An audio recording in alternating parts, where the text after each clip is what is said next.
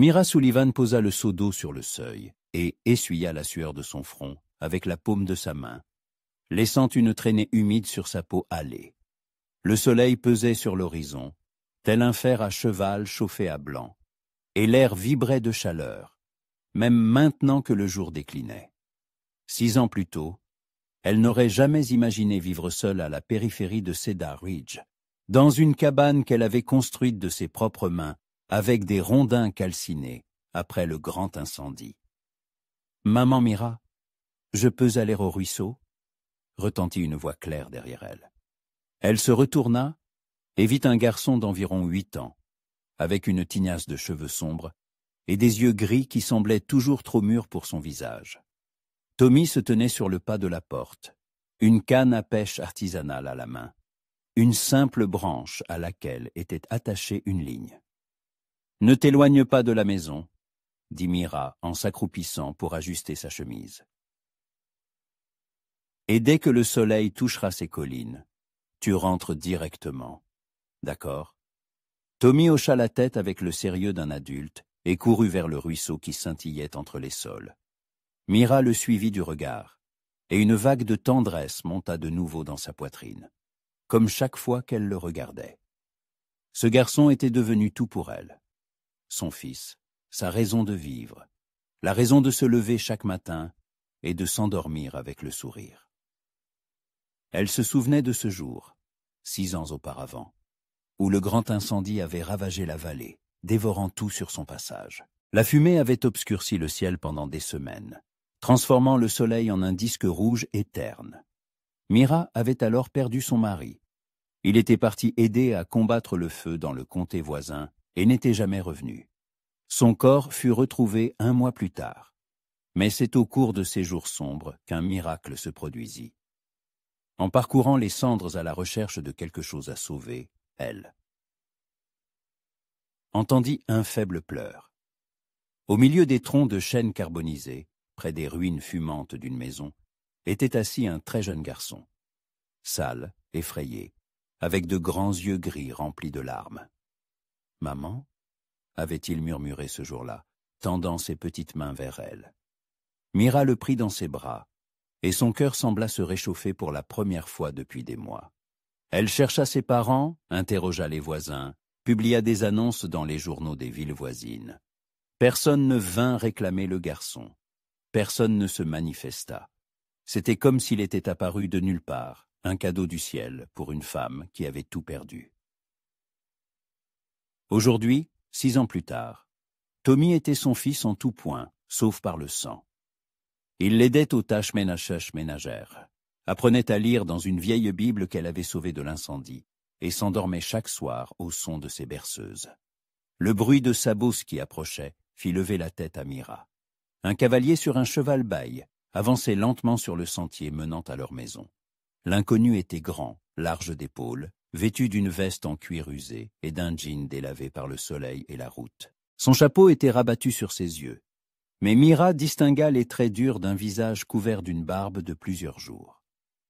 L'homme arrêta son cheval à quelques mètres du porche et retira lentement son chapeau, révélant des cheveux sombres grisonnants aux tempes. Ses yeux étaient gris, exactement comme ceux de Tommy.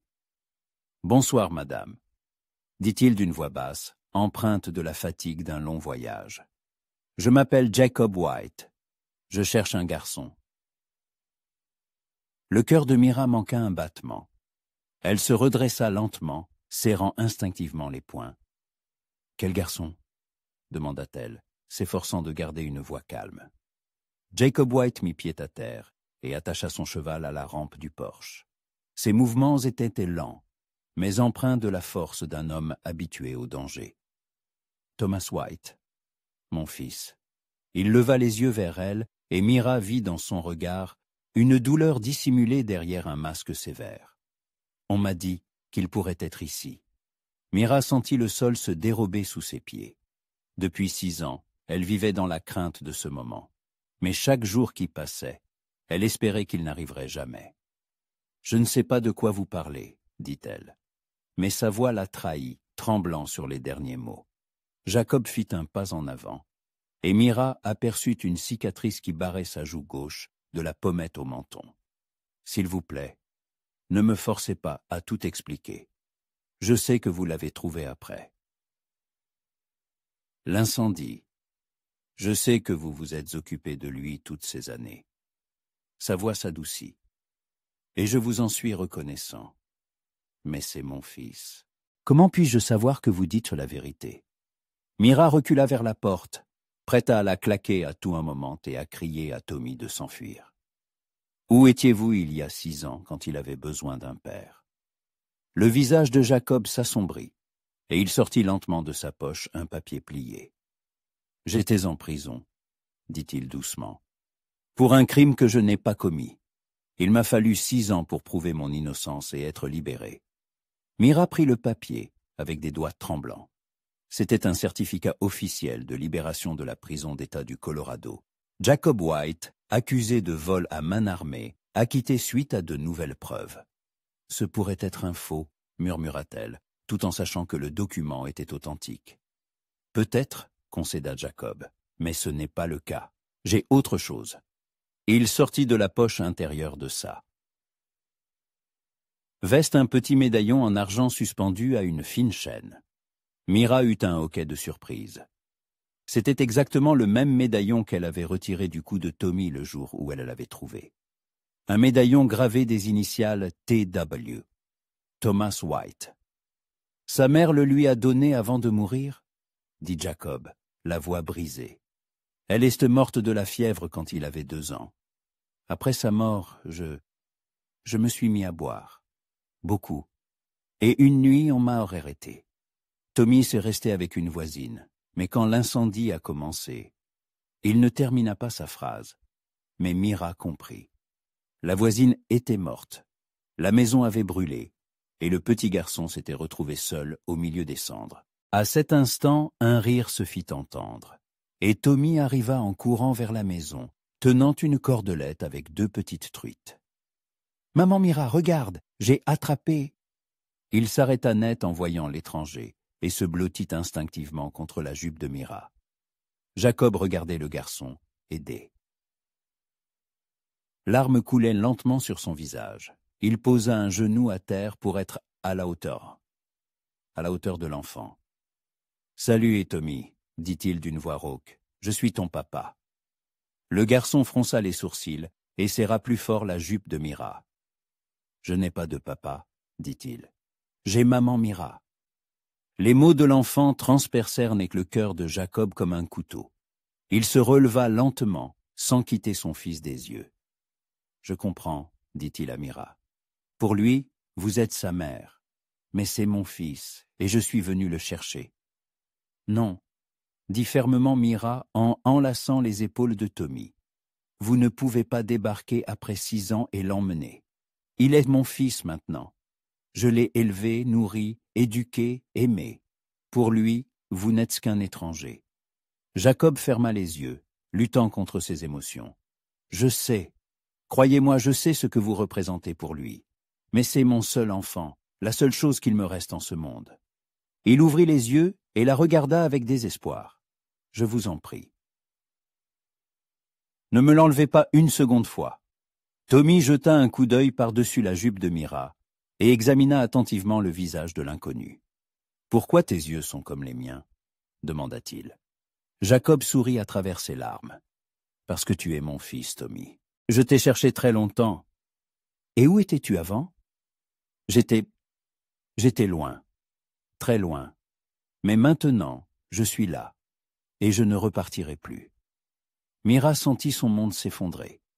6 ans de bonheur, 6 ans de maternité, 6 ans d'amour. Tout cela pouvait prendre fin ici et maintenant. « Restez pour le dîner, » dit-elle soudain, se surprenant elle-même. « Tommy a pêché du poisson. Nous parlerons en mangeant. » Jacob hocha la tête, comprenant que c'était un premier pas vers quelque chose de plus grand. « Merci, madame. C'est très généreux de votre part. » Pendant que Mira préparait le dîner, Jacob resta assis sur le porche, observant Tommy jouer avec un cheval de bois. Le garçon lui lançait de temps en temps des regards curieux, mais gardait ses distances. « Maman Mira, demanda Tommy à voix basse en la rejoignant dans la cuisine. « C'est vraiment mon papa ?» Mira s'accroupit à côté de lui, retenant ses larmes. « Je ne sais pas, mon chéri, c'est possible. Mais quoi qu'il arrive, souviens-toi que je t'aimerai toujours. » Tommy hocha la tête avec un sérieux qui dépassait son âge et la serra fort dans ses bras. Le dîner se déroula dans un silence tendu.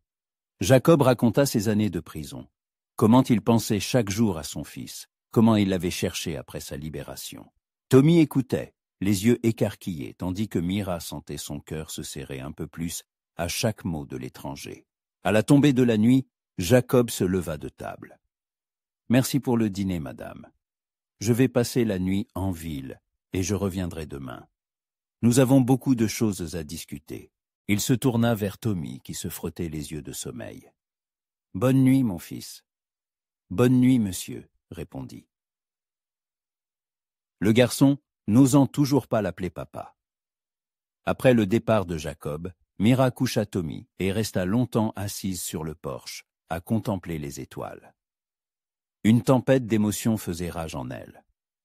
La peur de perdre son fils, la colère contre le destin qui lui infligeait ce coup, et, étrangement, de la compassion pour cet homme qui avait passé 6 ans en prison en rêvant de retrouver son enfant. Elle savait que demain, tout changerait. Demain commencerait la bataille pour le cœur du garçon qu'elle aimait comme son propre fils, et elle ne savait pas si elle était prête pour ce combat. Le vent murmurait dans les herbes, apportant l'odeur de l'absinthe et des montagnes lointaines. Quelque part dans l'obscurité, une chouette ululait, et Mira Sullivan se préparait pour la bataille la plus difficile de sa vie. La bataille pour l'amour d'un enfant. Jacob White ne dormit pas de la nuit. Allongé sur le lit dur de l'unique hôtel de Cedar Ridge, il fixait le plafond où dansaient les ombres projetées par la lanterne de la rue. Les images de la soirée tournaient en boucle dans sa tête. Les yeux gris de son fils, pleins de méfiance. Le geste protecteur de la femme qui était devenue sa mère. L'odeur de la truite grillée et du pain maison qu'il n'avait pas senti depuis 6 ans. Lorsque les premiers rayons du soleil pénétrèrent dans la chambre, Jacob se leva, se lava le visage à l'eau froide de la cruche et s'habilla. Dans le miroir, un étranger le regardait. Un homme épuisé, aux rides profondes autour des yeux, aux cheveux grisonnants. La prison l'avait vieilli de 10 ans. Il descendit dans la salle commune de l'hôtel, où la propriétaire, une femme âgée nommée Madame Clark, servait le petit déjeuner aux quelques clients. « Un café et des œufs » demanda-t-elle en le jaugeant d'un regard expert. « Juste un café, merci. » Madame Clark lui versa une tasse de café noir et fort et s'assit en face de lui. « Vous êtes l'homme qui est venu voir Mira Sullivan, dit-elle. C'était une affirmation, pas une question. Jacob hocha la tête, sachant que dans une petite ville, les nouvelles se propageaient vite. « C'est une bonne femme, Mira, » continua Madame Clark. Après l'incendie, beaucoup l'ont cru folle d'avoir pris ce garçon. Ils disaient que ce n'était pas bien d'élever l'enfant d'un autre. Mais elle n'a écouté personne. Et que disait-on du garçon lui-même? D'où venait-il? La vieille femme secoua la tête. Personne ne le savait. Après l'incendie, de nombreuses familles ont péri. Beaucoup d'enfants sont devenus orphelins. Certains ont été recueillis par des parents, d'autres envoyés dans des orphelinats à l'Est. Mais ce garçon, c'est comme s'il était tombé du ciel. Mira a cherché ses parents pendant plus d'1 an, mais personne n'en a répondu. Vous souvenez-vous de famille du nom de White? Madame Clark fronça les sourcils, cherchant dans sa mémoire. Il y en avait une, Jack White, sa femme et leur petit garçon. Ils vivaient en périphérie, dans une vieille maison près de la rivière. Jack travaillait à la scierie. Mais ensuite, il a été arrêté pour le braquage d'une banque à Denver, et sa femme est morte de la fièvre. La voisine a pris le garçon, la vieille Mary Hanson, mais sa maison a brûlé dès le premier jour de l'incendie. Elle s'interrompit, réalisant qu'elle parlait à l'homme qu'on avait autrefois considéré comme un criminel. « C'était moi, dit doucement Jacob. Jack White, c'est moi. Mon vrai prénom est Jacob, mais mes amis m'appelaient Jack. Madame Clark pâlit. Mais vous avez été condamné. Injustement. Il a fallu 6 ans pour le prouver. La femme resta silencieuse un long moment, étudiant son visage. Alors, le garçon est vraiment votre fils? Oui. Et je veux le ramener à la maison. Et où est-ce votre maison, monsieur White? Jacob réfléchit. Il n'avait pas vraiment de maison. Son ancien logis avait brûlé, il n'avait pas de travail, et il ne lui restait que quelques dollars en poche. Je ne sais pas encore, admit-il honnêtement, mais je trouverai un endroit où nous pourrons vivre. Et Mira? Ce garçon est tout pour elle. Après la mort de son mari, c'est lui seul qui l'a fait tenir. Jacob termina son café et posa la tasse sur la table. Je ne veux pas lui faire de mal, mais Tommy est mon fils. Il quitta l'hôtel et se dirigea vers la maison de Mira. La matinée était fraîche, l'air sentait la rosée et la fumée des cheminées. Cedar Ridge se réveillait lentement. Les boutiques ouvraient, les premiers passants apparaissaient dans la rue. Un cheval hennissait quelque part. Près de la maison de Mira, Jacob retrouva une scène familière.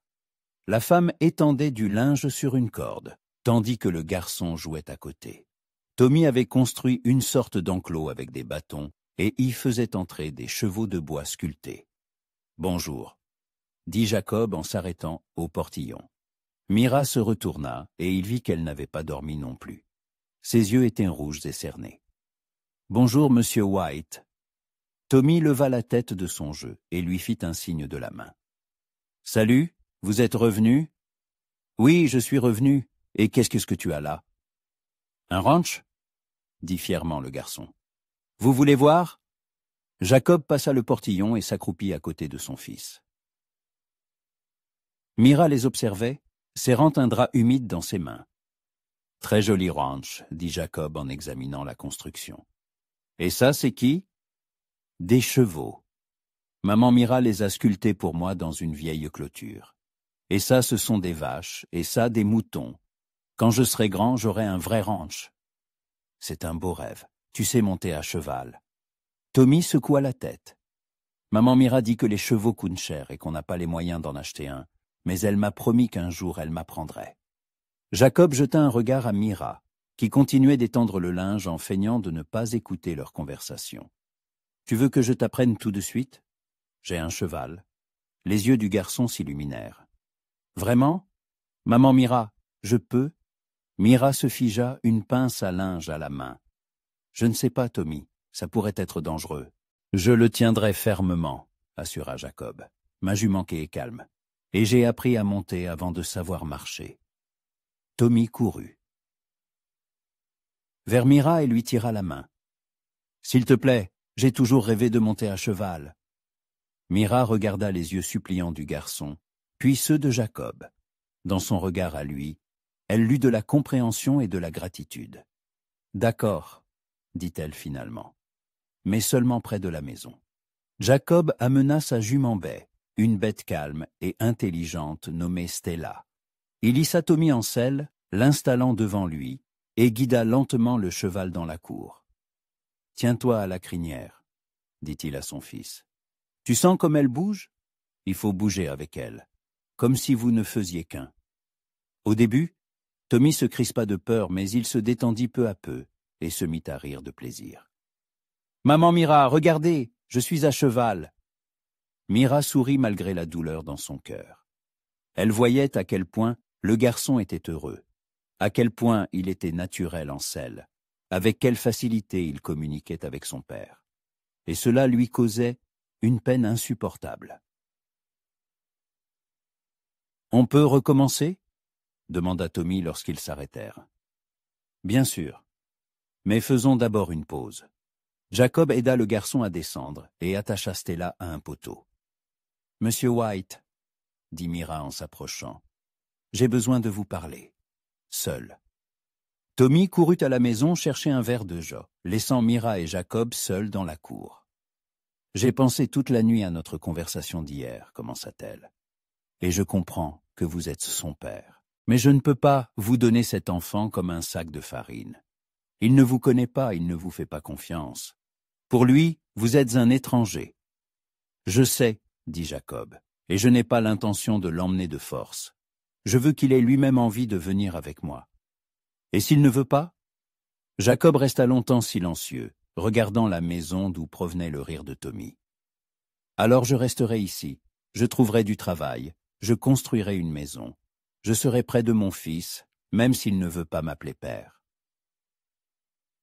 Mira ne s'attendait pas à une telle réponse. Vous êtes sérieux? Absolument. J'ai perdu 6 ans de sa vie. Je n'en perdrai pas un jour de plus. À ce moment, Tommy sortit de la maison en courant, suivi d'un homme en uniforme de shérif. Mira reconnut Sam Davis, le gardien de l'ordre local, et son ami de longue date. « Bonjour Mira », dit le shérif en retirant son chapeau. Son regard se posa sur Jacob. « Et vous devez être ce monsieur White dont toute la ville parlait hier. »« Oui, c'est moi. » Sam Davis était un homme d'une 40aine d'années, avec une moustache soignée et des yeux bleus perçants. Il était shérif depuis 10 ans et connaissait chaque habitant du comté. « J'ai entendu dire que vous êtes sorti de prison récemment, » dit-il d'un ton neutre. « J'ai été acquitté, j'ai les documents. Je n'en doute pas, mais c'est autre chose qui m'inquiète. Mira est une femme respectée dans notre ville. Tommy est un bon garçon. Je ne veux pas que quelqu'un leur fasse du mal. Jacob. » Se redressa et une lueur dangereuse brilla dans ses yeux. « Shérif, Tommy est mon fils, et je n'ai aucune intention de lui faire du mal. Cela reste à prouver. » La tension montait entre les deux hommes, mais Mira intervint rapidement. « Sam, tout va bien. Monsieur White se comporte de manière honorable. » Le shérif hocha la tête, mais ne quitta pas Jacob des yeux. « Bien. Mais sachez, monsieur White, que je garderai un œil sur la situation. Et si quelque chose tourne mal... » « Rien ne tournera mal, » dit fermement Jacob. Après le départ du shérif, Tommy demanda à remonter à cheval. Cette fois, Jacob le laissa tenir les rênes lui-même, tout en guidant les mouvements du cheval. Le papa de Mira disait qu'un vrai cow-boy doit savoir monter les yeux fermés, dit le garçon. Jacob se figea. Le papa de Mira? Ben oui, mon vrai papa. Maman Mira m'a parlé de lui.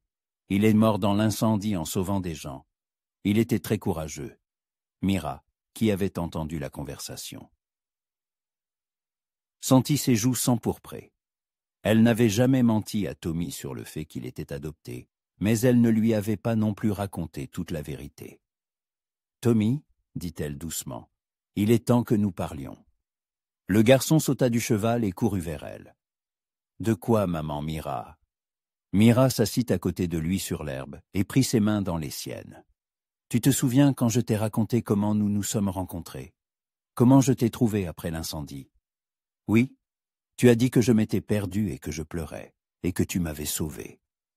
C'est vrai, mais je ne t'ai pas tout dit. » Mira prit une profonde inspiration. « Tu avais un autre papa avant l'incendie. Un vrai papa, celui qui t'a donné la vie. » Tommy fronça les sourcils. Et où était-il? Il était loin. Il n'était pas là quand l'incendie s'est déclaré. Et quand il est revenu, il n'a pas pu te trouver. Et qu'est-il arrivé à mon vrai papa? Mira regarda Jacob qui se tenait à côté, les poings serrés. Il est ici, Tommy. Monsieur White est ton vrai papa. Le garçon regarda Jacob avec des yeux écarquillés. Vraiment?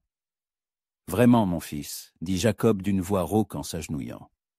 Je t'ai cherché très longtemps. Et pourquoi tu m'as perdu? C'était la question la plus difficile. Jacob ferma les yeux, rassemblant ses pensées. J'ai fait une erreur, Tommy, une grosse erreur. Des méchants m'ont emmené parce qu'ils pensaient que j'avais fait quelque chose de mal, et j'ai dû te quitter. Et tu avais fait quelque chose de mal? Non, mais je n'ai pas pu le prouver tout de suite. Ça a pris beaucoup de temps. Tommy resta silencieux, digérant l'information. Puis il s'approcha de Jacob et examina attentivement son visage. « On a les mêmes yeux, » dit-il finalement. « Oui, les mêmes. Et les mêmes mains. » Tommy posa sa petite paume sur la grande main de son père. « Oui, mon fils. Alors, tu es mon vrai papa, Et maman Mira est ma fausse maman? Là. Question resta en suspens, comme un coup de fouet. Mira sentit son cœur se briser en 1000 morceaux. Non, dit fermement Jacob. Maman Mira est ta vraie maman. Elle s'est occupée de toi quand je n'étais pas là. Elle t'aime comme les vraies mamans aiment. Tu as juste 2 familles maintenant. Tommy hocha la tête, comme si cette explication le satisfaisait. Et tu vas rester vivre avec nous? Jacob regarda Mira qui les observait, les larmes aux yeux. Si maman Mira n'est pas contre. Mira comprit qu'elle était à la croisée des chemins. Elle pouvait dire non et tenter de préserver sa famille telle qu'elle avait été pendant 6 ans.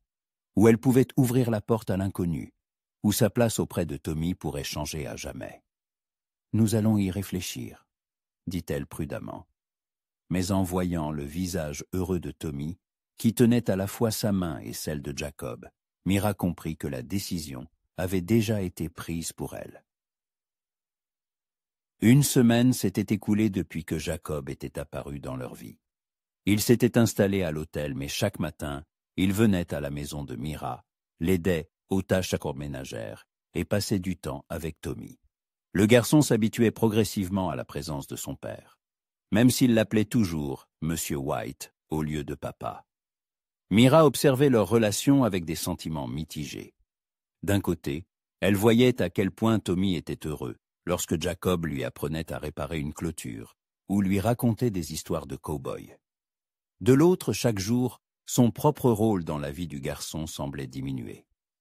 Ce matin-là, Jacob arriva plus tôt que d'habitude. Mira préparait le petit déjeuner quand elle entendit frapper à la porte. « Bonjour, Mira, » dit-il en retirant son chapeau. « Je peux entrer ?»« Bien sûr, Tommy dort encore. » Jacob entra dans la cuisine et s'assit à table. Mira remarqua qu'il avait l'air nerveux.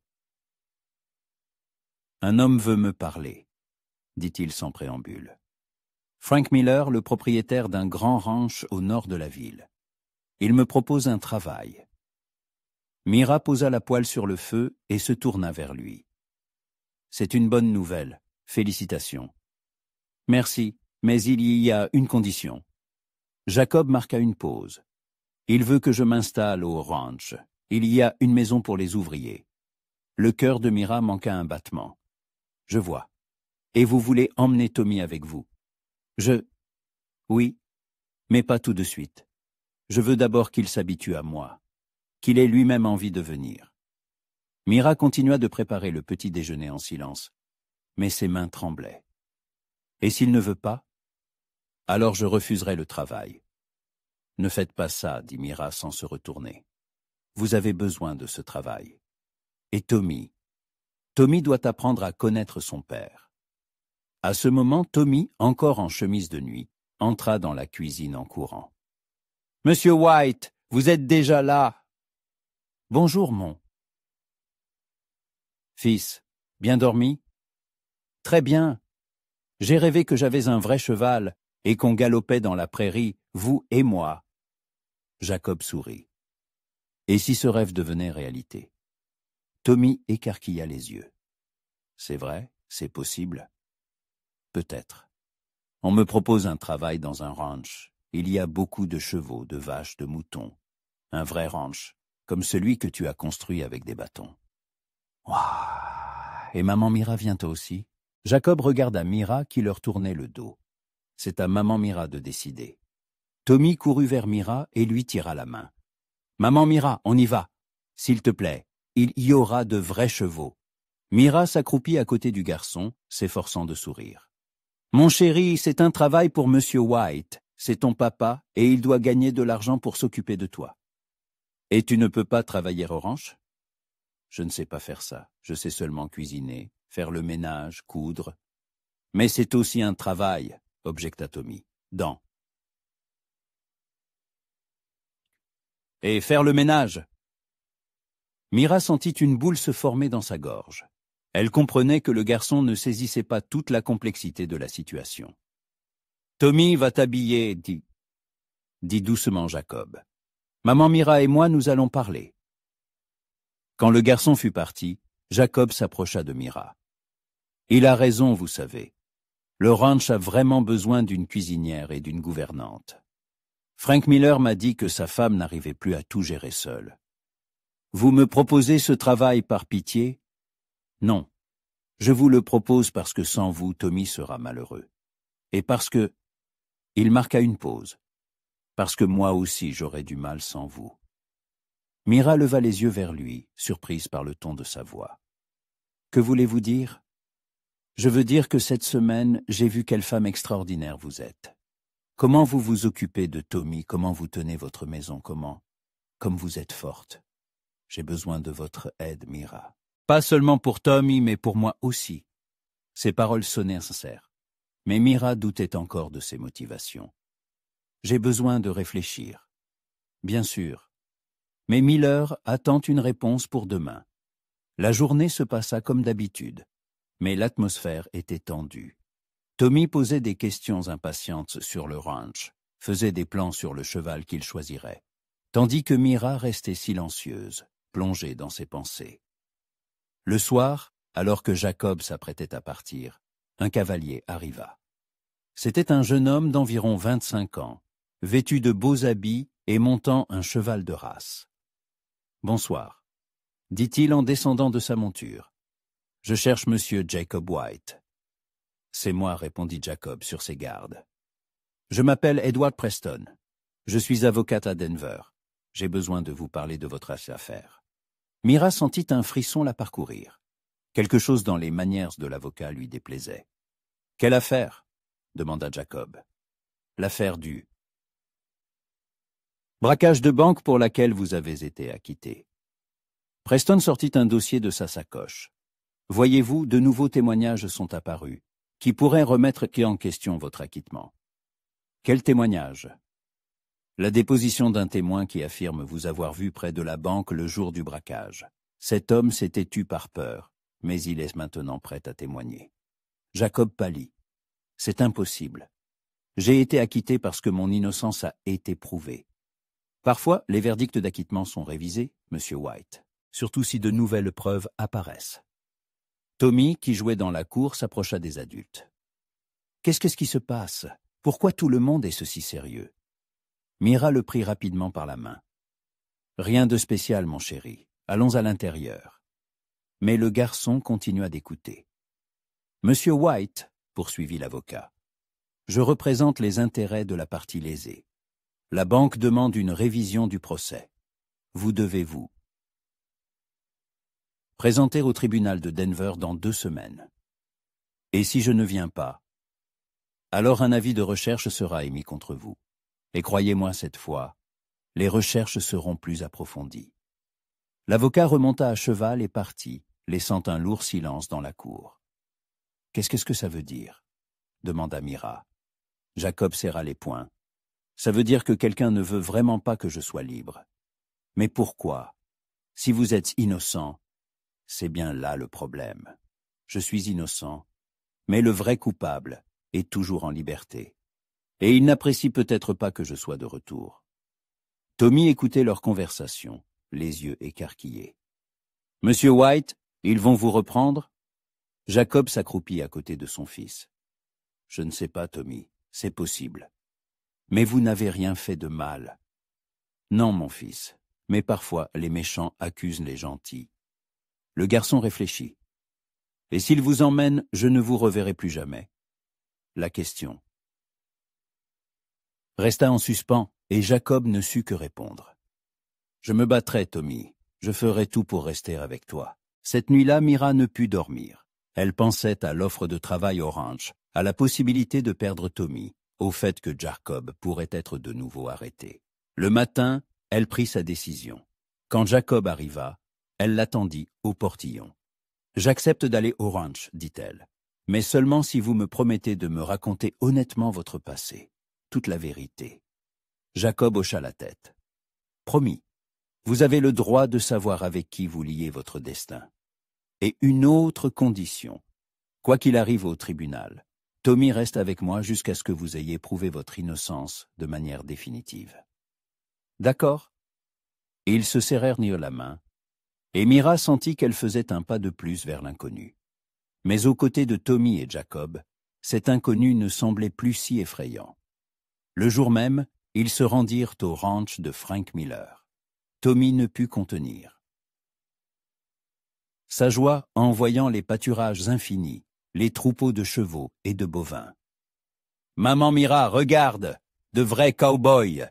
cria-t-il en désignant les cavaliers qui gardaient le bétail. Frank Miller était un homme d'une 50aine d'années, avec une barbe grise et des yeux bienveillants. Sa femme, Emma, accueillit Mira avec soulagement. « Dieu soit loué, j'aurai enfin de l'aide, » dit-elle. « Gérer la maison seule devient de plus en plus difficile. » La maison des ouvriers était petite mais confortable, avec 2 chambres et une cuisine. Mira imagina aussitôt comment elle l'aménagerait pour que Tommy s'y sente chez lui. « Monsieur White, » dit Frank Miller, alors qu'ils inspectaient à l'enclos des chevaux, « j'ai entendu parler de vos problèmes avec la justice. Je veux que vous sachiez que je crois en votre innocence. Mais si quelque chose tourne mal... » « Je comprends, » dit Jacob. « Si on m'arrête, je ne vous mêlerai pas à mes problèmes. Ce n'est pas ce que je voulais dire. Je voulais dire que si vous avez besoin d'aide financière ou autre, n'hésitez pas à me le demander. » Jacob fut touché par un tel soutien. « Merci, monsieur Miller. Cela signifie beaucoup pour moi. » Le soir, alors qu'ils s'installaient dans leur nouvelle maison, Tommy s'endormait d'épuisement et d'émotion. Mira le borda dans son lit dans la nouvelle chambre. « Maman Mira, » dit-il d'une voix ensommeillée, « c'est bien ici, j'aime bien. Moi aussi, mon chéri. Tu penses que monsieur White va rester avec nous ?» Mira lui caressa les cheveux. « Je ne sais pas, Tommy, mais j'espère que oui. » Quand le garçon s'endormit, Mira sortit sur le porche. Jacob était assis sur les marches, contemplant les étoiles. « C'est beau ici, » dit-elle en s'asseyant à côté de lui. « Oui, Tommy sera heureux. Et vous ?» Jacob se tourna vers elle. « Honnêtement, j'ai peur. J'ai peur qu'on m'arrête à nouveau. J'ai peur de perdre encore mon fils. J'ai peur que... » Il ne termina pas, mais Mira comprit. « Vous avez peur de me perdre aussi ?»« Oui, » admit-il doucement. « Je sais que je n'ai pas le droit d'éprouver de tels sentiments. Je sais que seul Tommy nous lie, mais... » « Jacob, » l'interrompit Mira. « Il n'y a pas que Tommy entre nous. » Il la regarda avec surprise. « Que voulez-vous dire ? Je veux dire que cette semaine, vous êtes devenu quelqu'un de cher pour moi. Je ne sais pas ce que c'est ni où cela mène, mais je ne peux pas le nier. » Jacob tendit lentement la main et toucha sa joue. « Mira, ne dites rien, » murmura-t-elle. « Contentons-nous de vivre et de voir ce qui se passera. » Ils restèrent assis en silence, écoutant les bruits nocturnes de la prairie, et tous deux comprirent que leur vie avait changé pour toujours. La vie au Ranch Miller s'installa dans une routine calme et régulière. Jacob travaillait chaque jour avec les chevaux et le bétail, gagnant rapidement le respect des autres cow-boys par sa compétence et son caractère posé. Mira s'occupait de la maison, préparait les repas pour les ouvriers et aidait Emma Miller, qui comptait de plus en plus sur son aide. Tommy s'épanouit au ranch comme une fleur après une longue sécheresse. Il apprit à monter une jument calme nommée Miel, aidait à garder les moutons et écoutait avec fascination les histoires des vieux cow-boys au coin du feu le soir. Mais sous ce calme apparent se cachait une tension. Le procès à Denver approchait. Il restait moins d'une semaine, et Jacob devenait chaque jour plus renfermé et anxieux. Ce matin-là, il se leva plus tôt que d'habitude. Et sortit sur le porche, où Mira l'attendait avec une tasse de café. « Tu n'arrives pas à dormir ?» demanda-t-elle. « Pas vraiment. » Jacob prit la tasse et s'assit à côté d'elle sur les marches. « Je pense au procès. Avez-vous trouvé un avocat ?»« Oui, Frank Miller m'a recommandé une de ses connaissances de Denver. Un homme honnête, dit-il, mais cher. Et vous avez l'argent pour le payer ?» Jacob secoua la tête. « Miller m'a proposé de me prêter l'argent, mais je ne veux pas m'endetter. Si on me remet en prison... » « Ne dites pas ça, » dit fermement Mira. « Vous êtes innocent. La vérité doit triompher. » « La vérité, » sourit amèrement Jacob. « Mira, je dois vous raconter quelque chose. Sur ce qui s'est passé le jour du braquage. Mira se tendit. « Je vous écoute. » Jacob resta silencieux un long moment, rassemblant ses pensées. Ce jour-là, j'étais effectivement en ville. Plus encore, j'étais près de la banque. Mais pas pour la braquer. Alors pourquoi? J'étais venu voir le directeur de la banque, M. Harris, pour demander un report de mon hypothèque. Après la mort de ma femme, j'avais accumulé des dettes pour ses soins et je ne pouvais plus payer la maison à temps. Jacob serra la tasse dans ses mains. Harris a refusé. Il a dit que si je ne versais pas la totalité de la somme dans la semaine, la maison serait saisie. Et qu'avez-vous fait? Je suis sorti de la banque, en colère et bouleversé. Je suis allé au saloon et j'ai commencé à boire. Beaucoup. 1 heure plus tard, la banque a été braquée. Mira sentit quelque chose se serrer dans sa poitrine. Qui l'a braquée? Je ne sais pas. Personne ne le sait. Le voleur portait un masque, personne n'a vu son visage. Mais les témoins ont dit qu'il avait ma taille et ma corpulence. Et comme on m'avait vu près de la banque peu avant le vol. On vous a accusé? Oui. Je n'avais pas d'alibi, je buvais seul dans un coin du saloon et aucun client ne m'a remarqué. Le barman a dit qu'il ne se souvenait pas de moi parmi les autres ivrognes ce jour-là. Mira réfléchit. Et qu'est-ce qui a changé? Pourquoi vous ont-ils acquitté 6 ans plus tard? Le vrai voleur a commis un autre braquage dans l'État voisin. Il a été attrapé et a avoué tous ses crimes, y compris le vol de la banque de notre ville. Votre innocence est donc définitivement prouvée. On pourrait le croire. Mais maintenant, il y a ce témoin qui prétend m'avoir vu avec une arme à la main près de la banque. Si son témoignage est jugé crédible, on pourrait vous condamner à nouveau, termina Mira.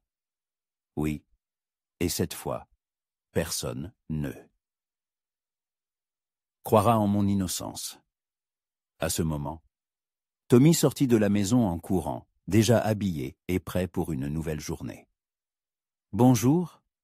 Pourquoi êtes-vous levé si tôt ?»« Bonjour, mon chéri, » dit Mira en serrant le garçon dans ses bras. On admirait juste le lever du soleil. « Je peux aller avec M. White vérifier le troupeau aujourd'hui. » Jacob sourit, essayant de cacher son anxiété. « Bien sûr, mon fils, mais d'abord, prends ton petit déjeuner. » La journée se déroula normalement, mais le soir, un événement inattendu se produisit. Le shérif Sam Davis arriva au ranch, accompagné de 2 hommes inconnus. « Jacob White !» cria l'un d'eux. « Vous êtes en état d'arrestation pour suspicion de vol de banque. » Mira sortit de la maison en entendant les cris. Jacob se tenait dans la cour, encerclé par 3 hommes armés. « Que se passe-t-il » demanda-t-elle. « Madame Sullivan, » dit le shérif Davis, visiblement embarrassé. « Ce sont des marshals de Denver. Ils ont un mandat d'arrêt contre Monsieur White. Mais le procès n'est que dans quelques jours. »« Les circonstances ont changé, » dit le marshal le plus âgé. De nouvelles preuves sont apparues contre l'accusé. Jacob ne résista pas quand on lui passa les menottes.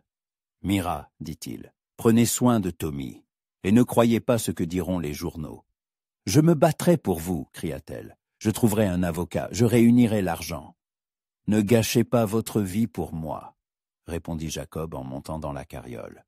Tommy a plus besoin de vous.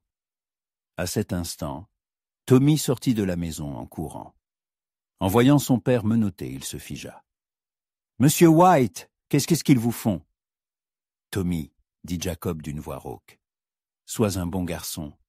Écoute maman Mira, et souviens-toi, je t'aime, mon fils. »« Non !» cria le garçon en se précipitant vers la carriole. « Ne l'emmenez pas, c'est mon papa !» Mira attrapa Tommy dans ses bras, alors que la carriole s'éloignait. « Maman Mira, pourquoi ont-ils emmené papa ?»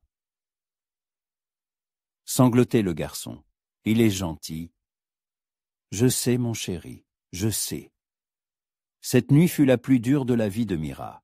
Tommy ne parvenait pas à dormir, demandant sans cesse quand son père reviendrait. Elle ne savait que lui répondre. Le matin, Frank Miller arriva à la maison. « Mira, j'ai appris ce qui s'est passé, c'est terrible. »« Frank, aidez-moi. J'ai besoin d'un bon avocat pour Jacob. J'ai déjà contacté ma connaissance à Denver. Il a accepté de prendre l'affaire. Et l'argent? Ne vous inquiétez pas pour l'argent.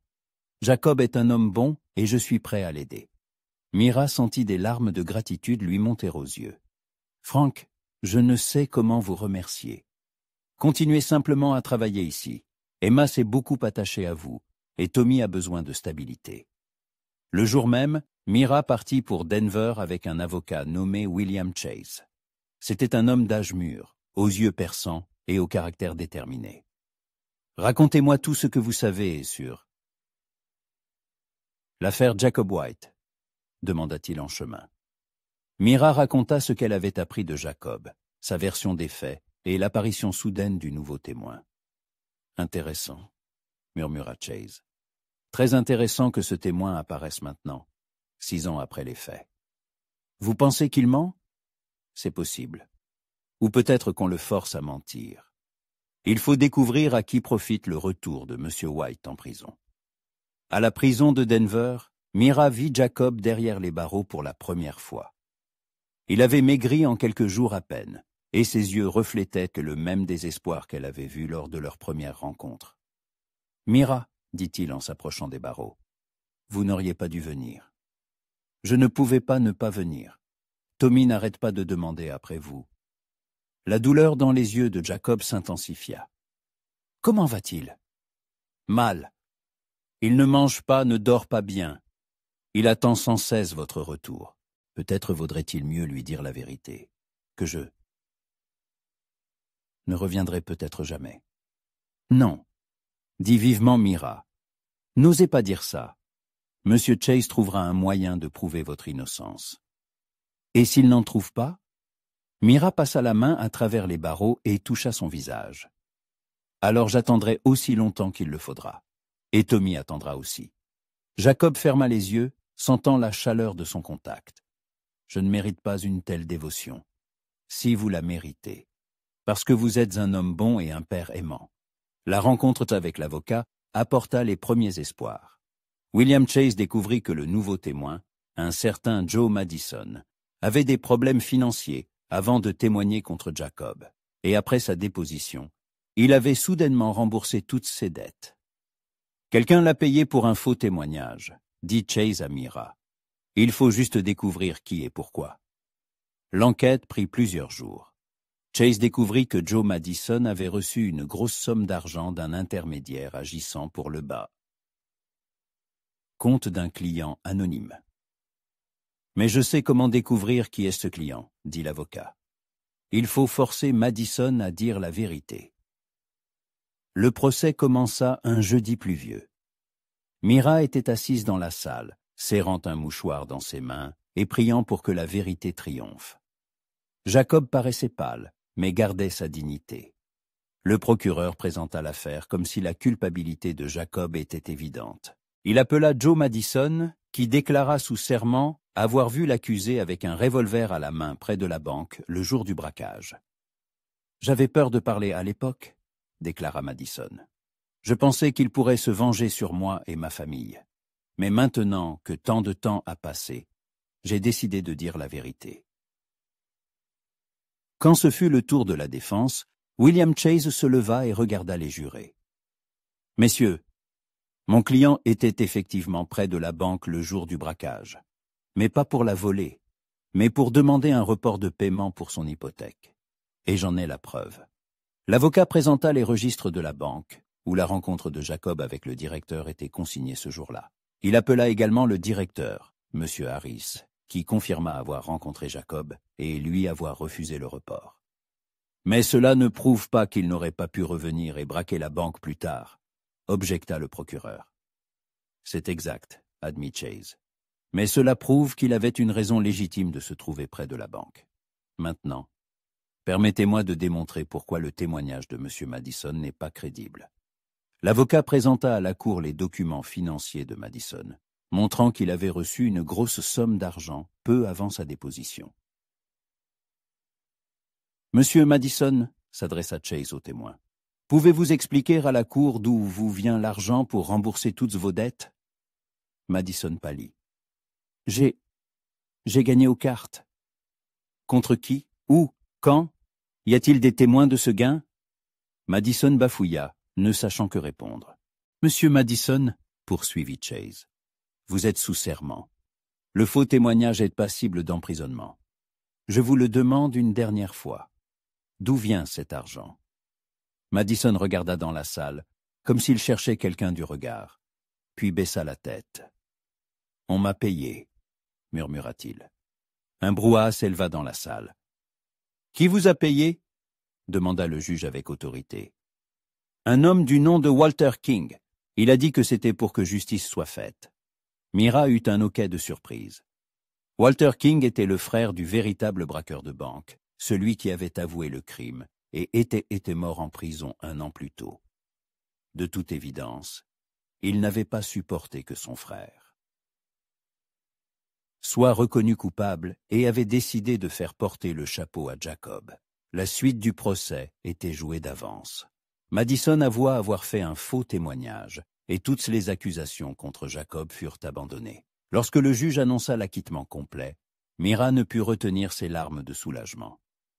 Jacob se tourna vers elle et dans ses yeux, elle vit de la gratitude et autre chose, quelque chose qui lui coupa le souffle. Après le procès, ils sortirent dans la rue où tombait une fine pluie. « Myra, » dit Jacob en s'arrêtant près du palais de justice, « je ne sais comment vous remercier. Sans vous... » « Pas de remerciement, » l'interrompit Myra. « Une seule chose est nécessaire. »« Quoi ?»« Rentrons à la maison. Retrouvez Tommy. Il attend tellement. » Jacob sourit pour la première fois depuis de longs jours. Rentrons à la maison. Le trajet de retour au ranch leur parut interminable, bien qu'ils allassent vite. Myra ne lâchait pas la main de Jacob, comme si elle craignait qu'il ne disparaisse à nouveau. « Jacob, » dit-elle alors qu'ils approchaient des lieux familiers, « qu'allons-nous devenir maintenant ?»« Je ne sais pas, » répondit-il honnêtement. « Mais je sais que je ne veux plus perdre de temps. La vie est trop courte pour la gaspiller en peur et en doute. » « De quoi parlez-vous » Jacob arrêta les chevaux et se tourna vers elle. « Je dis que je vous aime, Myra. Je vous aime et je veux que nous devenions une vraie famille. Vous, moi et Tommy. » Le cœur de Myra s'accéléra. « Jacob, je sais que vous avez toutes les raisons de ne pas me faire confiance. Je sais que je n'ai apporté que des problèmes dans votre vie. Mais si vous me donnez une chance... » Myra posa un doigt sur ses lèvres. « Vous avez déjà cette chance, parce que je vous aime aussi. » Ils s'embrassèrent sous la pluie fine, et pour la première fois depuis longtemps, l'avenir semblait lumineux et plein d'espoir.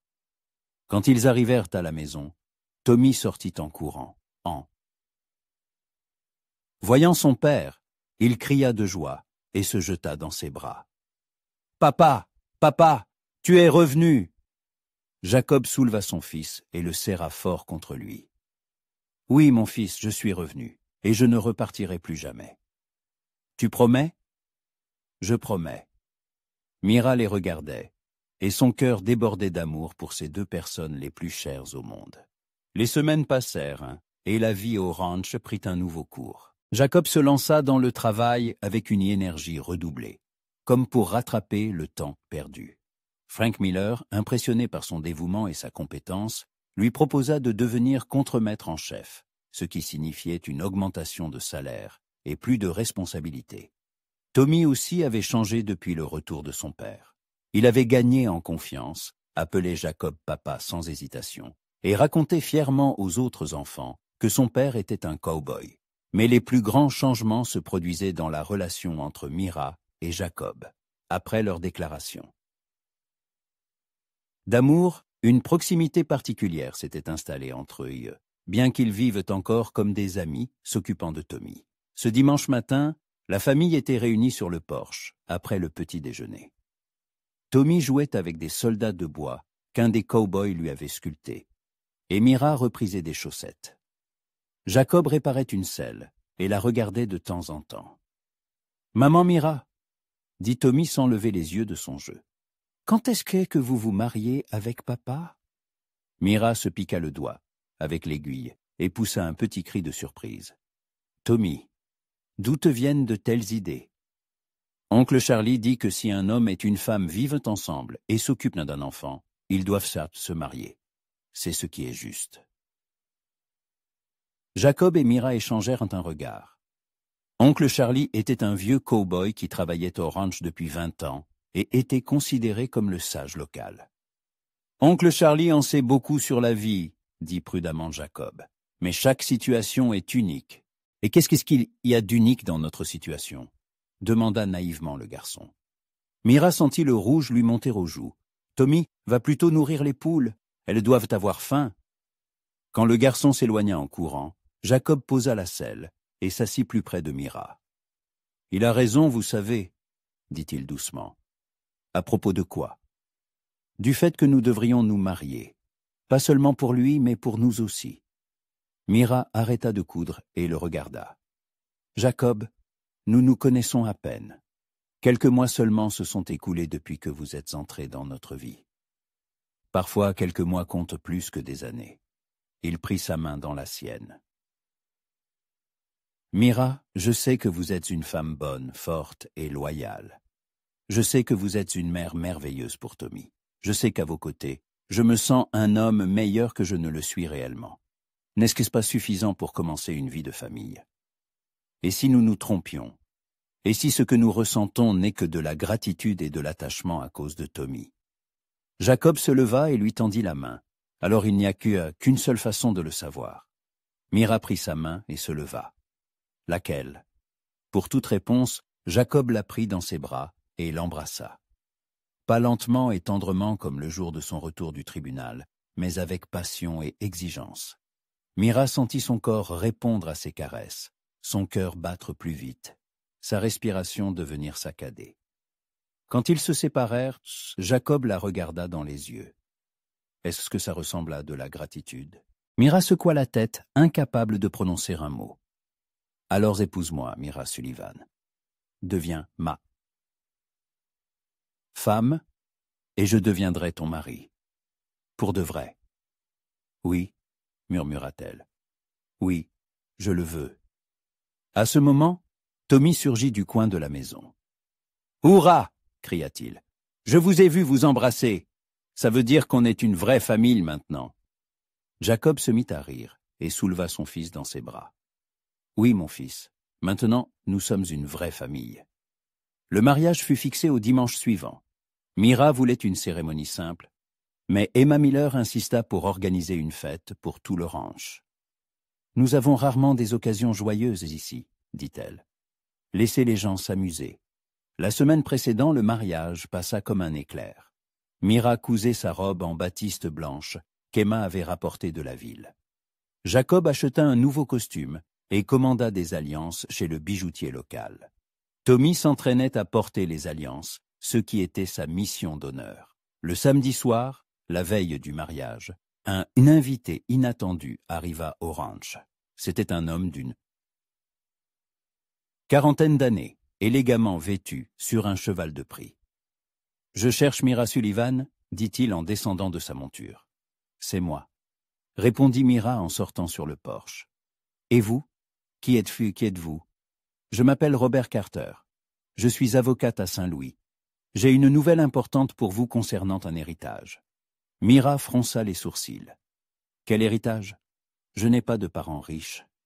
Il s'agit de l'héritage de votre défunt mari, Patrick Sullivan. » Carter sortit des documents de sa mallette. « Voyez-vous, il avait une assurance vie dont il avait apparemment oublié de vous parler.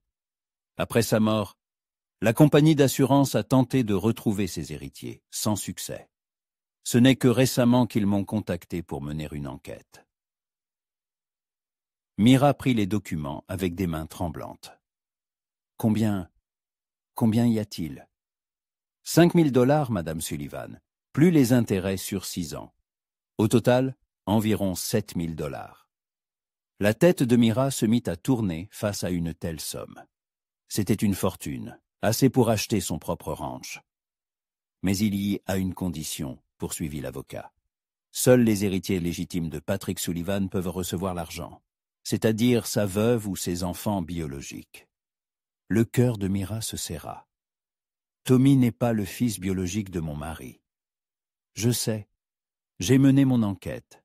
Le garçon n'a aucun droit sur l'héritage. À ce moment, Jacob, qui avait entendu la conversation, s'approcha. « Que se passe-t-il » Mira lui expliqua la situation. Jacob écouta en silence, mais elle vit ses épaules se raidir. « Je vois, » dit-il finalement. « Donc demain, après le mariage, vous deviendrez une femme riche. Jacob, cet argent vous appartient de droit. Vous avez le droit d'en disposer comme bon vous semble. » L'avocat repartit, promettant de revenir lundi avec les documents finaux. Mira resta seule avec ses pensées et une décision difficile à prendre. Cette nuit-là, elle ne put dormir. $7 000, c'était l'indépendance. La possibilité de ne plus jamais dépendre de personne. Elle pouvait acheter une maison en ville, donner une bonne éducation à Tommy, vivre une vie calme et aisée. Mais cela signifiait-il qu'elle y épousait Jacob par amour ou par habitude de la pauvreté? Ses sentiments ne changeraient-ils pas une fois qu'elle aurait le choix? Le matin du mariage, Mira se leva tôt et sortit sur le porche. Jacob était déjà là, vêtu de son nouveau costume. « Bonjour ma fiancée », dit-il, mais son sourire n'atteignit pas ses yeux. « Bonjour. » Ils restèrent dans un silence gêné, jusqu'à ce que Jacob prenne la parole. « Mira, si vous avez changé d'avis à cause de l'argent, » »« Je n'ai pas changé d'avis, » dit-elle rapidement. « Mais je veux éclaircir quelque chose. »« Quoi ? Si j'avais eu cet argent depuis le début, m'auriez-vous quand même demandé de vous épouser ?» Jacob réfléchit à sa réponse. « Honnêtement, probablement pas. J'aurais pensé que je n'étais pas digne d'une femme riche. Et maintenant, je sais que l'amour est plus important que l'argent, et que vous m'avez choisi par amour, non par nécessité. » Mira s'approcha de lui. « Jacob, cet argent ne change rien entre nous. Si vous voulez, nous pouvons le dépenser pour un projet commun, acheter notre propre ranch, où Tommy grandira et où nous vieillirons ensemble. » Jacob la serra dans ses bras. « Vous en êtes sûr ? » ?»« Absolument. Une famille, ce n'est pas l'argent, ni les maisons, ni la terre. Une famille, ce sont les gens qu'on aime. » À cet instant, Tommy sortit de la maison en courant, vêtu d'une chemise et d'un pantalon de fête. « C'est l'heure, c'est l'heure. Oncle Charlie a dit que tout le monde est déjà à l'église. » Le mariage eut lieu dans la petite église en bois, à la périphérie de la ville. Le pasteur Williams, un homme âgé et bienveillant qui connaissait tous les habitants du comté, célébra la cérémonie avec simplicité et solennité. « Jacob White, dit-il, consentez-vous à prendre Mira Sullivan pour légitime épouse, à l'aimer et à la chérir dans la joie et dans la peine, dans la richesse et dans la pauvreté, dans la santé et dans la maladie, jusqu'à ce que la mort vous sépare. »« Je le consens, » dit fermement Jacob, en regardant Mira dans les yeux. « Mira Sullivan, consentez-vous à prendre Jacob White pour légitime époux, à l'aimer, le chérir et lui être une épouse obéissante dans la joie et dans la peine, dans la richesse et dans la pauvreté, dans la santé et dans la maladie, jusqu'à ce que la mort vous sépare? »« Je le consens, » dit Mira, la voix tremblante d'émotion. Quand Tommy apporta les alliances et que le pasteur les déclara mari et femme, des applaudissements retentirent dans l'église. Jacob embrassa sa nouvelle épouse et Tommy cria « Hourra ! Maintenant j'ai un papa et une maman pour de vrai. » Après la cérémonie, une fête fut organisée au ranch. Emma Miller avait préparé un énorme gâteau. Les cow-boys jouaient de la guitare et de l'harmonica. Et les enfants couraient entre les tables. Quand la nuit tomba et que les invités commencèrent à partir, Jacob et Mira restèrent sur le porche de leur maison. Tommy dormait depuis longtemps, épuisé par les événements de la journée. « Alors, Madame White, » dit Jacob en enlaçant sa femme, « comment vous sentez-vous ?»« Merveilleusement bien, Monsieur White. Et vous ?»« Comme si j'avais enfin trouvé ma place dans le monde. » Ils regardaient les étoiles et planifiaient sur leur avenir. Demain, ils recevraient l'argent de la compagnie d'assurance. commenceraient à chercher un terrain pour leur propre ranch et à construire une nouvelle vie. Une vie où le passé ne les hanterait plus et où l'avenir serait plein d'espoir.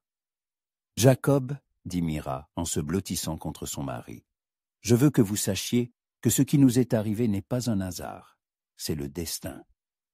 Pourquoi pensez-vous cela?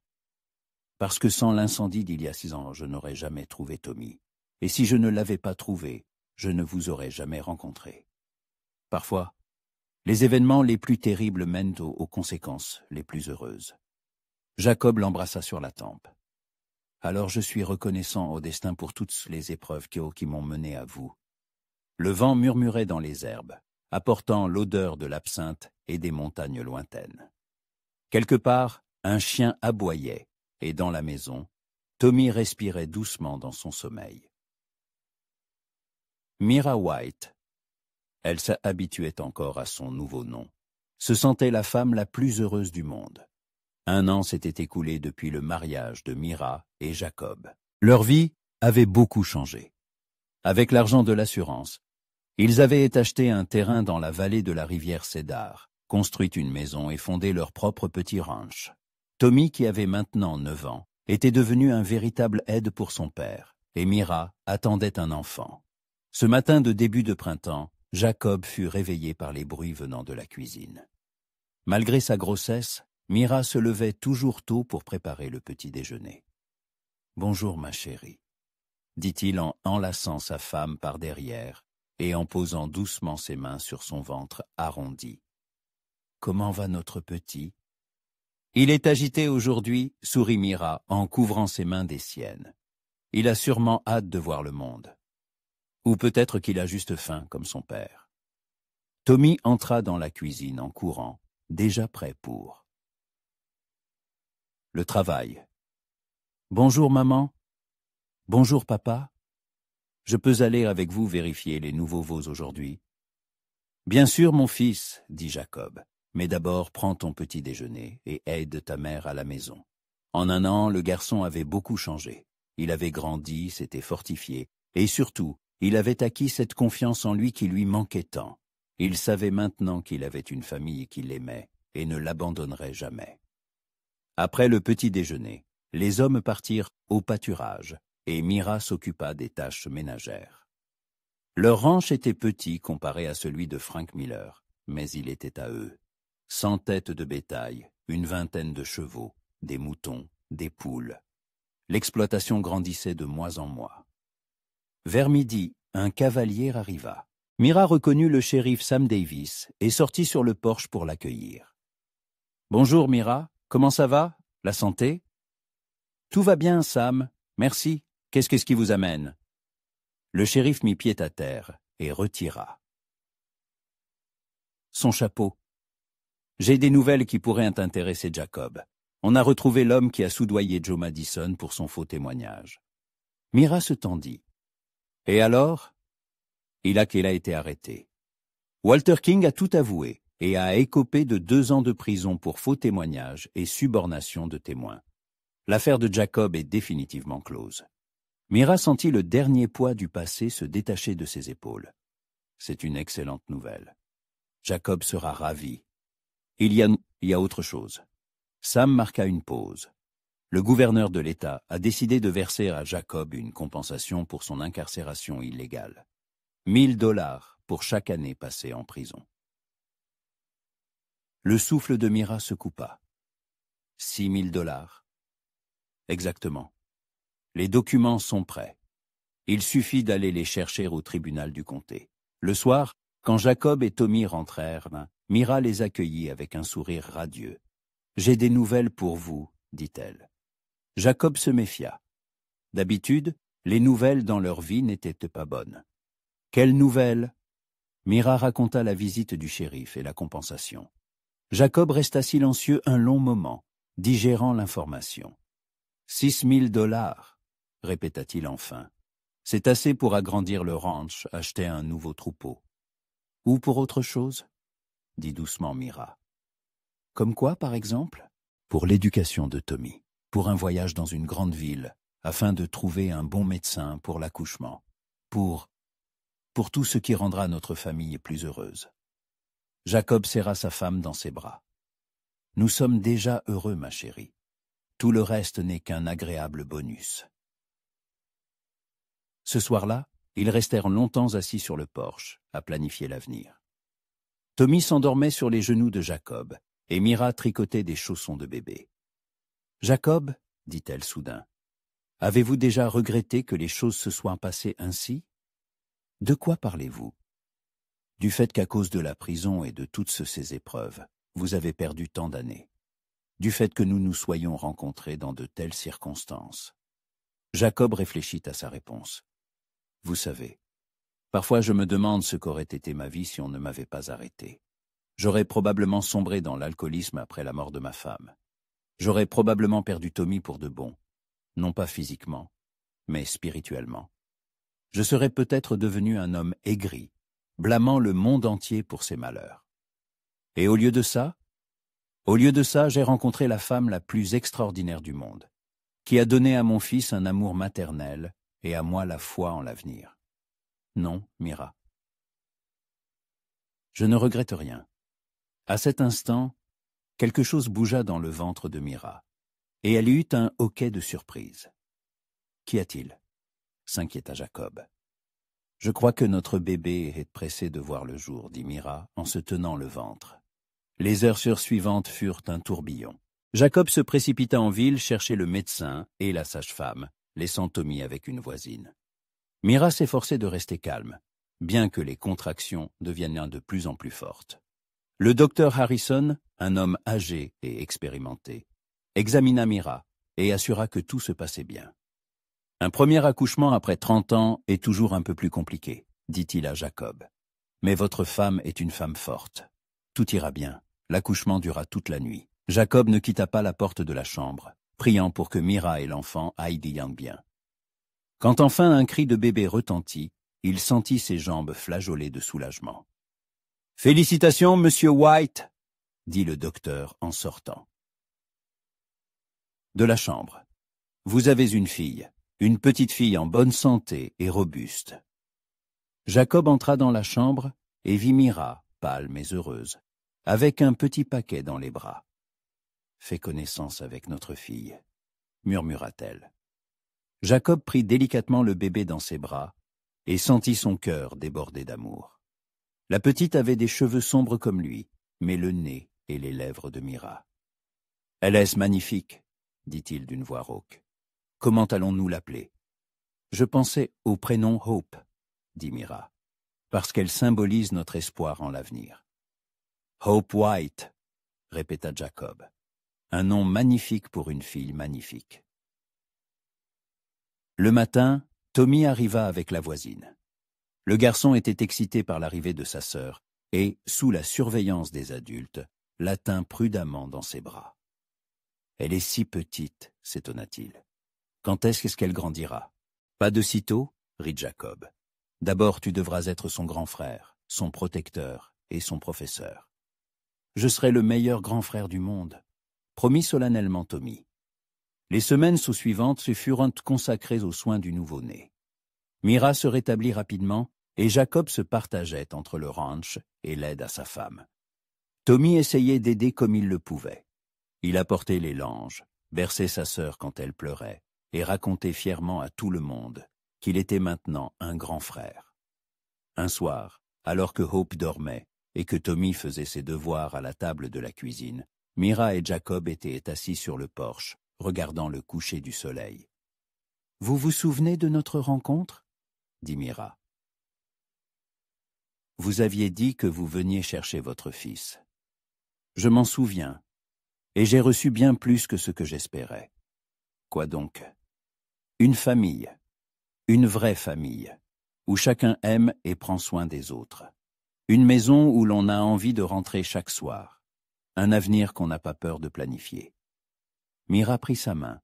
« Et vous savez ce que j'ai reçu? » « Quoi? » « La compréhension que la maison, ce n'est pas l'endroit où l'on est né ou où l'on vit. La maison, c'est là où est ton cœur. Et mon cœur est ici, avec vous. » Les pleurs de Hope se firent entendre de la maison, et Mira se leva pour nourrir sa fille. Jacob la suivit du regard, pensant à quel point sa vie avait changé au cours des 2 dernières années. Autrefois, il était un homme seul, hanté par le passé et sans foi en l'avenir. Maintenant, il avait une femme qu'il adorait, un fils dont il était fier, et une fille qui était devenue le nouveau sens de son existence. Il avait un ranch qu'il construisait de ses propres. Mains et le respect de ses voisins, qu'il avait mérité par un travail honnête. Tommy sortit sur le porche avec un cahier à la main. « Papa, vérifie si j'ai bien résolu le problème d'arithmétique. » Jacob prit le cahier et examina attentivement l'écriture enfantine. « C'est tout juste, mon fils. Bravo. Et quand Hope sera plus grande, je lui apprendrai l'arithmétique. » Bien sûr, et à lire, à écrire, à monter à cheval, et bien d'autres choses encore. Super. Alors elle sera la fille la plus intelligente du comté. Jacob serra son fils dans ses bras. « Tommy, tu sais ce qui est le plus important dans la vie? »« Quoi, papa? »« La famille, les gens qui t'aiment et que tu aimes. Tout le reste, l'argent, les maisons, la terre, ce ne sont que des choses. Mais la famille, c'est pour toujours. » Le garçon hocha la tête avec le sérieux d'un adulte. « Je comprends, papa, et je prendrai toujours soin de notre famille. » Quand la nuit tomba, ils rentrèrent dans la maison où Mira allaitait Hope. La scène était si paisible et heureuse que Jacob s'arrêta un instant pour graver ce moment dans sa mémoire. « À quoi pensez-vous » demanda Mira, remarquant son regard. « Au fait qu'autrefois, je pensais que le bonheur n'était pas pour moi, qu'après toutes mes erreurs et mes pertes, je ne méritais pas une seconde chance. Et maintenant, je sais que parfois, la vie nous donne exactement ce dont nous avons le plus besoin, même si nous ne le comprenons pas. » Mira sourit. « Et de quoi aviez-vous le plus besoin ?» Jacob balaya la pièce du regard. Mira avec leur fille dans les bras, Tommy construisant quelque chose avec des cubes en bois, la lumière chaude de la lampe, l'odeur du pain maison et de la poudre pour bébé. « D'un foyer, » dit-il simplement. « J'avais besoin d'un foyer. » Dehors, le vent bruissait dans les feuilles des peupliers qu'ils avaient plantés au printemps dernier. Quelque part, une vache meuglait en revenant du pâturage. Dans la cheminée, le bois crépitait, et l'horloge au mur égrenait les secondes d'une vie heureuse. Jacob White était assis dans son fauteuil, lisant le journal, et jetait de temps en temps un coup d'œil à sa famille. Mira fredonnait une berceuse à sa fille, Tommy construisait une ferme avec des cubes, et la petite Hope dormait paisiblement dans les bras de sa mère. C'était une scène de soirée ordinaire dans une famille américaine ordinaire de la fin du XIXe siècle. Mais pour Jacob, c'était un miracle qu'il avait cru perdre à jamais. Demain serait un nouveau jour plein de travail, de soucis et de joie. Demain, Tommy irait avec lui vérifier le bétail, Mira préparerait le déjeuner et bercerait le bébé. Et le soir, ils se retrouveraient tous ensemble dans cette pièce chaleureuse. Et il en serait ainsi jour après jour, année après année, jusqu'à ce que les enfants grandissent et fondent leur propre famille. Et puis il y aurait des petits-enfants qui joueraient dans la cour de la même maison, et l'histoire d'amour de Mira et Jacob deviendrait une légende familiale, transmise de génération en génération. Mais tout cela viendrait plus tard. Pour l'instant, Jacob White savourait simplement l'instant présent, où tous ceux qu'il aimait étaient près de lui, en sécurité et au chaud dans leur foyer. Un foyer, c'est là où se trouve le cœur. Et son cœur était ici, pour toujours.